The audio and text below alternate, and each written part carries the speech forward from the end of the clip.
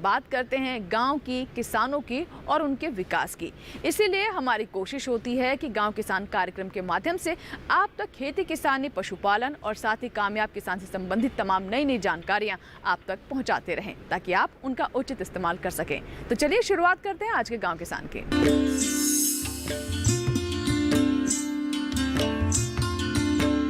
कार्यक्रम की शुरुआत करते हैं खेती किसानी से। आज के दौर में हमारे किसान पारंपरिक फसलों के साथ साथ व्यावसायिक फसलें भी लेना पसंद करते हैं, ताकि उन्हें अधिक लाभ हो सके। और ऐसे में एक अच्छा विकल्प है फूलों की खेती। जी हाँ, बदलती लाइफस्टाइल के साथ फूलों की मांग भी बढ़ रही है और कोई भी खास अवसर हो, फूलों का अपना महत्व होता है। ऐसे में इस बात का फायदा हमारे किसान उठा सकते हैं और फूलों की व्यावसायिक खेती कर सकते हैं। तो कौन कौन सी फूलों की खेती करें, कैसे अच्छे किस्मों का चुनाव करें, आइए जानते हैं।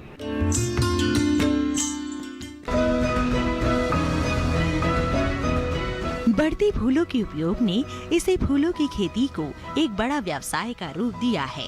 फूलों की खेती मौजूदा दौर में फायदे का सौदा है। यही कारण है कि किसान पारंपरिक खेती के साथ साथ फूलों की खेती का रुख करने लगे हैं।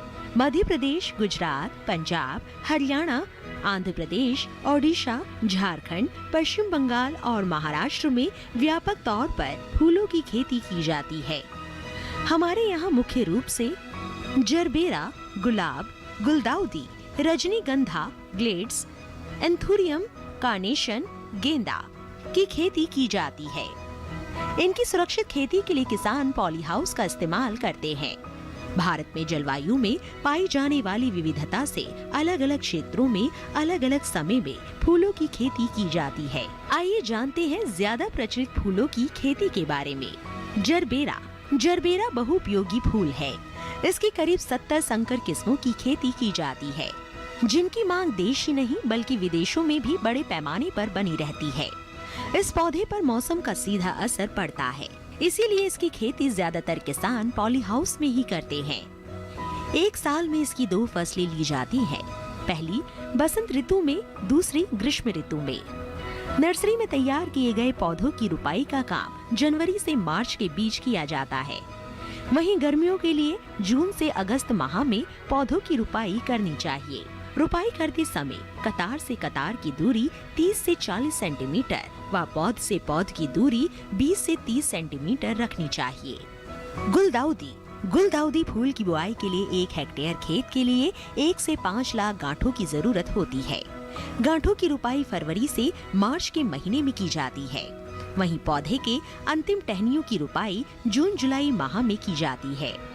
रुपाई करते समय कतार से कतार और पौध से पौध की दूरी 30-30 सेंटीमीटर रखनी चाहिए। गुलाब बेहतर पुष्पन के लिए गुलाब में समय समय पर सिंचाई व निराई करते रहे। साथ ही समय किसान बड़ी को जमीन में लगाने का काम भी कर सकते हैं। गुलाब में माहू, दीमक व सिल्क कीट दिखाई देने पर डाइमिथोएट दवा की 1.5 मिलीलीटर मात्रा को प्रति लीटर पानी में मिलाकर छिड़काव करें। बेहतर परिणाम के लिए 2 से 3 छिड़काव करने चाहिए।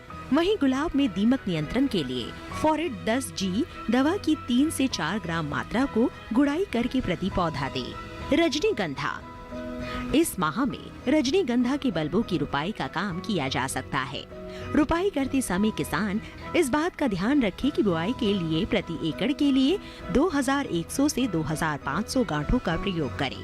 बुआई के लिए सबसे अच्छा समय मार्च अप्रैल माह है। 45 सेंटीमीटर दूरी पर 90 सेंटीमीटर चौड़े नर्सरी बेड तैयार करें। गांठों को 5 से 7 सेंटीमीटर गहराई पर लगाएं। गांठों के अंकुरित होने तक सिंचाई नहीं करना चाहिए। अंकुरन होने के बाद और 4 से 6 पत्ते निकलने पर हफ्ते में 1 बार सिंचाई करें। मिट्टी और जलवायु के हिसाब से करीब 8 से 12 सिंचाई करनी चाहिए। खेत को खरपतवार मुक्त करने के लिए 3 से 4 बार हाथों से गुड़ाई करें। गेंदे की कुछ प्रजातियों जैसे हजारा और पांवर की खेती साल भर की जा सकती है। एक फसल की खत्म होते ही दूसरी फसल के लिए पौध तैयार कर ली जाती है। इस खेती में जहां लागत काफी कम होती है, वहीं आमदनी काफी अधिक होती है। गेंदे की फसल 2.5 से 3 माह में तैयार हो जाती है। इसकी नर्सरी तैयार करने के बाद गेंदे के पौधों की रुपाई समतल क्यारियों में की जाती है। रुपाई की दूरी उगाई जाने वाली किस्मों पर निर्भर करती है। अफ्रीकन गेंदे के पौधों की रुपाई में 60 सेंटीमीटर कतार से कतार व 45 सेंटीमीटर पौधे से पौधे की दूरी रखते हैं। किस्मों के हिसाब से पौधों और कतारों की दूरी तय की जाती है। इस फसल को 2 से 3 सिंचाई की ही जरूरत होती है। साथ ही इसे लगभग हर तरह की मिट्टी में उगाया जा सकता है। इस तरह समय अनुसार की गई सस्य क्रियाओं से फूलों की खेती कर बेहतर लाभ कमाया जा सकता है।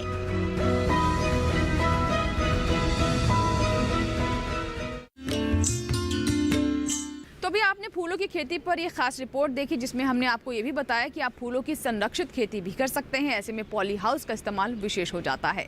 इसी के साथ ही यहाँ वक्त है एक छोटे से ब्रेक का। ब्रेक के बाद जब वापस आएंगे तो बात करेंगे हमारा पशुधन की। कहीं मत जाइएगा, देखते रहें गाँव किसान।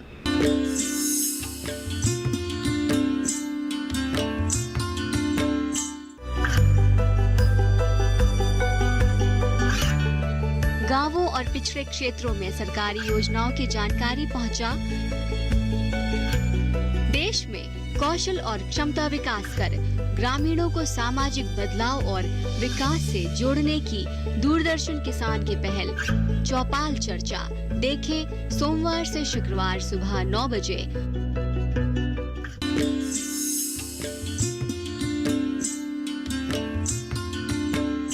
ब्रेक के बाद एक बार फिर आपका स्वागत है। आप देख रहे हैं गांव किसान और बात हमारा पशुधन की।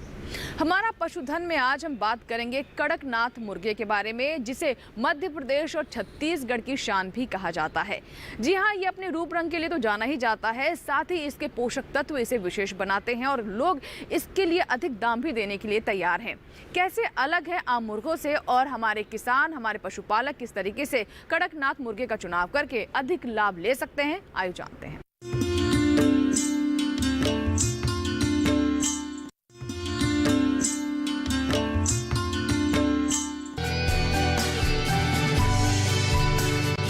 काले पंखों से ढका, खूबसूरत काली आंखें और काले पंजों वाला ये मुर्गा मध्य प्रदेश और छत्तीसगढ़ की शान है।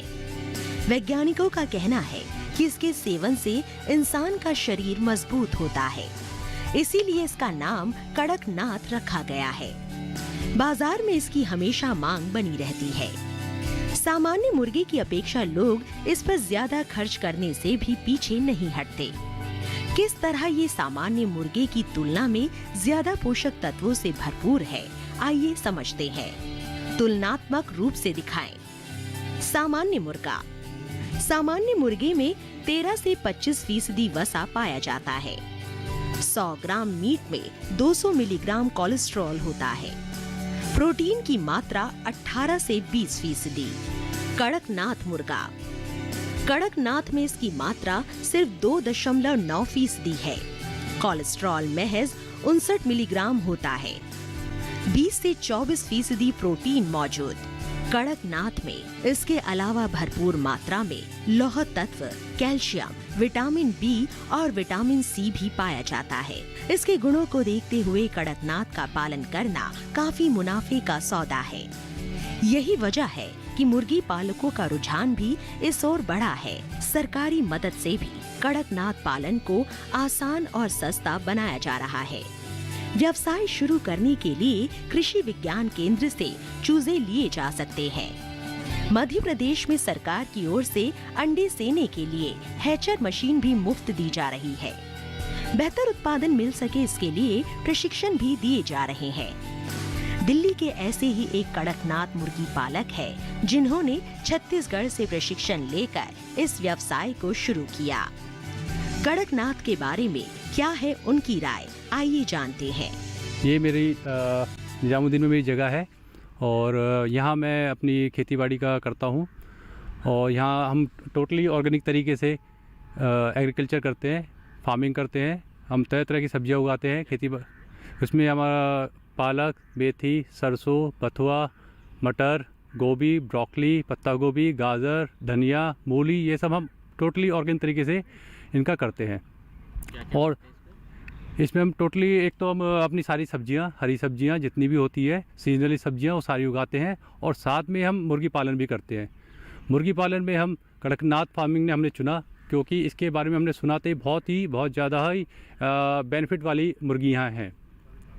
ये पौष्टिक भी है और हेल्थ बेनिफिट भी है।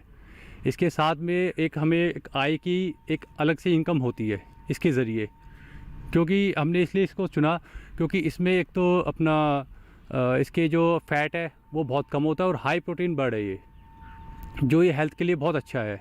और इस बर्ड में बीमारी बहुत ना के बराबर आती है जो और बर्ड के मुकाबले।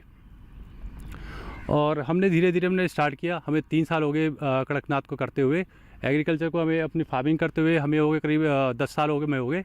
और 3 साल में हमने जितने कड़कनाथ के हम जब से कर रहे हैं तब से हम इसमें बेनिफिट ही कमा रहे हैं। हमने हमेशा कमा हमारी बड़ी है, कम नहीं हुई है। हमें स्टार्टिंग में लगा था कि हम कर रहे हैं लेकिन कैसा होगा, लेकिन हमने जब इसे करा, धीरे धीरे समझा, इसके बारे में पढ़ा, हमने इसको एब्जॉर्ब किया कि ये क्या चीज़ है, कैसे इसके पालन होता है, कैसे नहीं होता है। हमने छत्तीसगढ़ से इस पर जाके हमने इसकी ट्रेनिंग ली है और छत्तीसगढ़ में हम 2-3 दिन रहे। हमने वहाँ सरकारी कृषि विज्ञान केंद्र है छत्तीसगढ़ में, वहाँ से हमने इनकी ट्रेनिंग ली है। और वहाँ ट्रेनिंग आने के बाद फिर हमने यहाँ अपने यहाँ पर हमने इनका बच्चे हमने मंगा कर वहाँ से छत्तीसगढ़ से यहाँ हमने उसको ला के उसको पाला, उनको बड़ा किया, उनकी वैक्सीनेशन वगैरह करी, उनकी दवाइयाँ वगैरह करी, क्योंकि वैक्सीनेशन भी बहुत ज़रूरी है।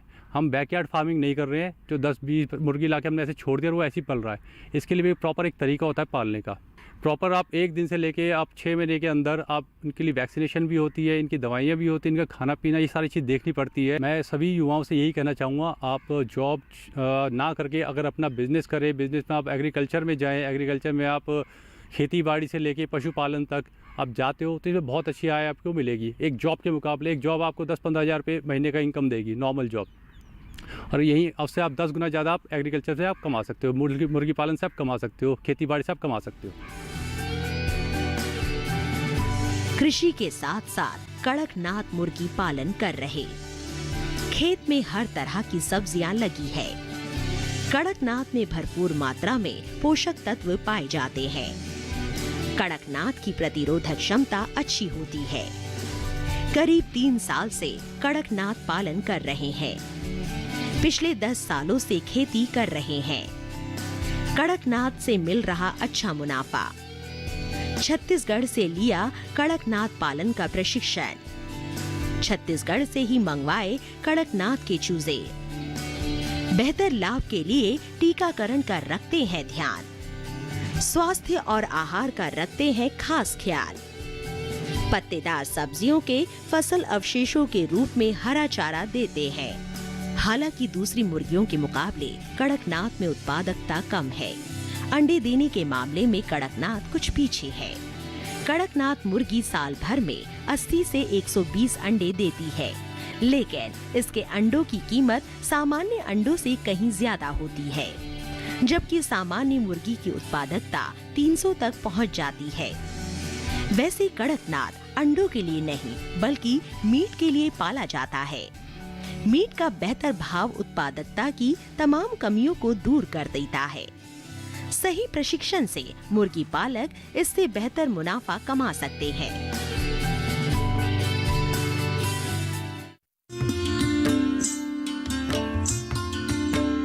तो अभी आपने कड़कनाथ मुर्गे पर विशेष रिपोर्ट देखी, जिसको लेकर ये भी कहा जाता है कि इसके सेवन से शरीर मजबूत होता है, इसीलिए इसके दाम भी अच्छे मिलते हैं। अब नजर डालते हैं इस माह के पशुपालक कैलेंडर पर। आइए जानते हैं कि मौसम के हिसाब से और माह के हिसाब से कौन कौन सी खास बातें जिसका ध्यान रखना हमारे पशुपालकों के लिए जरूरी है, ताकि उनके पशुओं का स्वास्थ्य बेहतर रहे।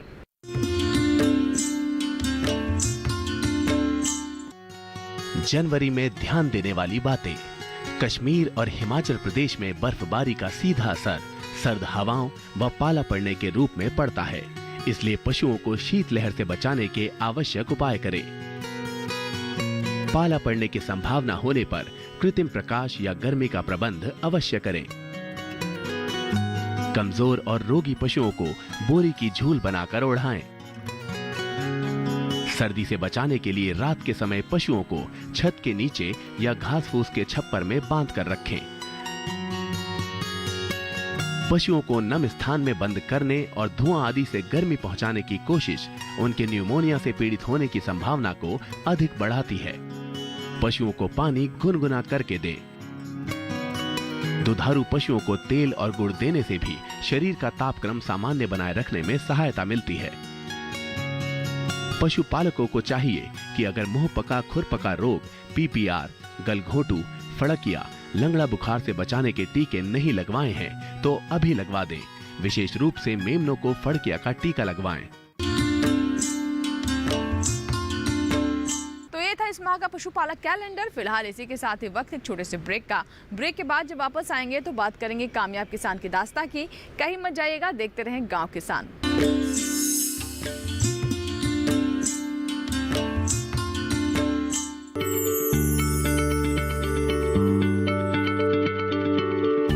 क्या आप किसी बीमारी से परेशान हैं? चाहते हैं डॉक्टर की सलाह? तो हम हैं आपके साथ। बताएंगे आपको जीने की राह। समस्याएं आपकी, समाधान देश के मशहूर विशेषज्ञों के। घर बैठे बात करें देश के जाने माने डॉक्टरों से। हमारे लाइव प्रोग्राम स्वस्थ किसान में हर शनिवार शाम 6 बजे से 7 बजे तक।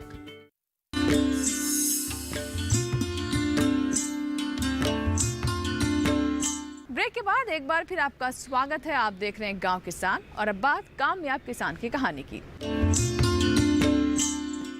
कामयाब किसान की दास्तां में उन किसानों को हम मंच देते हैं जिन्होंने कृषि के क्षेत्र में महत्वपूर्ण योगदान दिया है। हमारी कोशिश होती है कि ऐसे किसानों को हमारे मंच से पहचान मिले ताकि अन्य किसान भी उनसे सीख ले सके।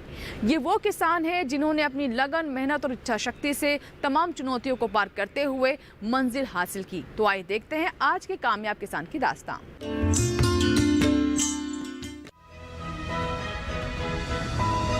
तेजी से बदलती जीवन शैली में हम जितनी रफ्तार से आगे भाग रहे हैं, उतनी ही तेजी से पोषण को पीछे छोड़ते जा रहे हैं। कम समय में तैयार होने वाला भोजन हमारी दिनचर्या का हिस्सा बनता जा रहा है। इस समय अभाव में हम सिर्फ भूख मिटा रहे हैं। यही वजह है कि हर दिन नई बीमारियां जन्म ले रही हैं और करीब करीब हर व्यक्ति कुपोषण का शिकार हो रहा है। कैसा हो अगर एक ऐसा हेल्थ ड्रिंक हो जो उन सभी जरूरतों को पूरा कर दे जो आपके शरीर के लिए जरूरी है। ये है अयोध्या के रहने वाले अभय कुमार। बीटेक की पढ़ाई करने के बाद अभय मिलेट्स पर आधारित एक सेमिनार में शामिल हुए। यहीं से अभय ने विचार बनाया कि वो इसी क्षेत्र में कुछ अलग करेंगे। अभय ने आम हो चली हेल्थ की समस्या के बारे में गहन विचार किया और जुट गए इसका समाधान खोजने में। अभय बताते हैं कि पहले के समय में हमारे भोजन में शामिल होने वाले अन्न, जिन्हें हम मोटा अनाज कहते हैं, अब लगभग नदारद से होते जा रहे हैं, जबकि इन मोटे अनाजों में ही बेहतर स्वास्थ्य की कुंजी छुपी है। इस विशेषता को अभय ने समझा और बना दिया एक हेल्थ ड्रिंक। कैसे, आइए सुनते हैं खुद अभय कुमार से। मैं 2013 में बीटेक फूड टेक्नोलॉजी में पास आउट होकर और वहाँ से निकला और उसी समय मेरी मुलाकात बाला सुब्रमण्यम सर से हुई, जो कि मिलेट एक्सट्रूजन टेक्नोलॉजी पर सेमिनार देने मेरे इंस्टीट्यूट में आए थे, इलाहाबाद एग्रीकल्चर इंस्टीट्यूट, जिसका नाम अभी CIATS हो गया है। और उसके बाद फिर मैं उनसे CIE भोपाल में गया, उनके साथ 6 महीने वहाँ पे मिलेट की प्राइमरी सेकेंडरी प्रोसेसिंग पे रिसर्च किया। और देन उसके बाद उनका ट्रांसफ़र कोयम्बटूर में हो गया, जो कि CIA का रीजनल सेंटर है। सो उसके बाद हमको भोपाल से निकलना पड़ा। वहाँ से फिर मैं निकल के पूसा दिल्ली आया और यहाँ पर नीरू मैडम से मिला, जो कि ZTM के इंचार्ज हैं और जिन्होंने उस समय स्टार्टिंग ही किया था स्टार्टअप के लिए, इंक्यूबेशन प्रोग्राम के लिए। सो 2014 में मैं वहाँ पे सेलेक्ट हुआ और वहाँ से जुड़ा और फिर मिलेट्स की जो एक नींव रखनी थी R&D की, प्रोसेसिंग की और एक मार्केट ट्रायल की और बहुत सारी चीज़ों की, वो वहाँ से मूलभूत फैसिलिटी मिलती गई और धीरे धीरे हमने मिलेट्स पे काफ़ी ज़्यादा काम किया। हम मोटे अनाज का कर सकते हैं बेहतर इस्तेमाल। रागी, कोदो, बाजरा की तरह 6 तरह के मोटे अनाज का करते हैं उपयोग। इन अनाजों में अलग अलग खूबियाँ। फ्लेवर के लिए मिलाते हैं इलायची पाउडर। एक बार में 27 ग्राम मात्रा पर्याप्त। अनुबंध खेती के माध्यम से किसानों से लेते हैं अनाज।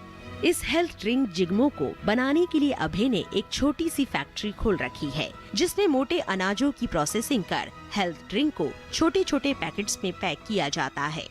हर पाउच या पैकेट में 27 ग्राम मात्रा होती है, जो साप्ताहिक या माहवार डोज के हिसाब से है, जो शरीर की रोजाना जरूरत को पूरा करता है। हमारे देश में मोटा अनाज का स्थिति आज के देश आज ये है कि हमारा देश मोटा अनाज इंडिया में वर्ल्ड में सबसे ज़्यादा इंडिया उगाता है, उसके बाद चाइना और सारे देशों का नाम आता है। और मोटा अनाज ऐसा है कि ये क्लाइमेट रेजिलियंस है, क्लाइमेट चेंज का इस पर कोई विशेष फ़र्क नहीं पड़ता। और हमारे देश का कुछ डाटा वाइज बात करते हैं आज, अगर हम फर्टिलाइज़र की बात करें तो हमारा देश दूसरे नंबर पे सबसे ज़्यादा फर्टिलाइज़र मंगाने वाला देश है और तीसरे नंबर पे यूज करने वाला सबसे ज़्यादा बड़ा देश है। यहाँ की जो एग्रीकल्चर है वो कृषि प्रधान है, तो हमको फर्टिलाइज़र बहुत ज़्यादा फर्टिलाइज़र बाहर से मंगाना पड़ता है। और एक डेटा के हिसाब से अगर हम 1 किलो चावल ग्रो करते हैं तो उसमें 1500 लीटर वाटर की ज़रूरत पड़ती है, जो कि एक बहुत ज़्यादा मात्रा में पानी का बात आता है, क्योंकि नॉन इरिगेटेड लैंड भी हैं, सो वहाँ पे पानी की बहुत ज़्यादा प्रॉब्लम होती है। तो इस तरह से मतलब कई सारी बैकबोन हैं जो भारत की, जिसमें मतलब भारत कमज़ोर है।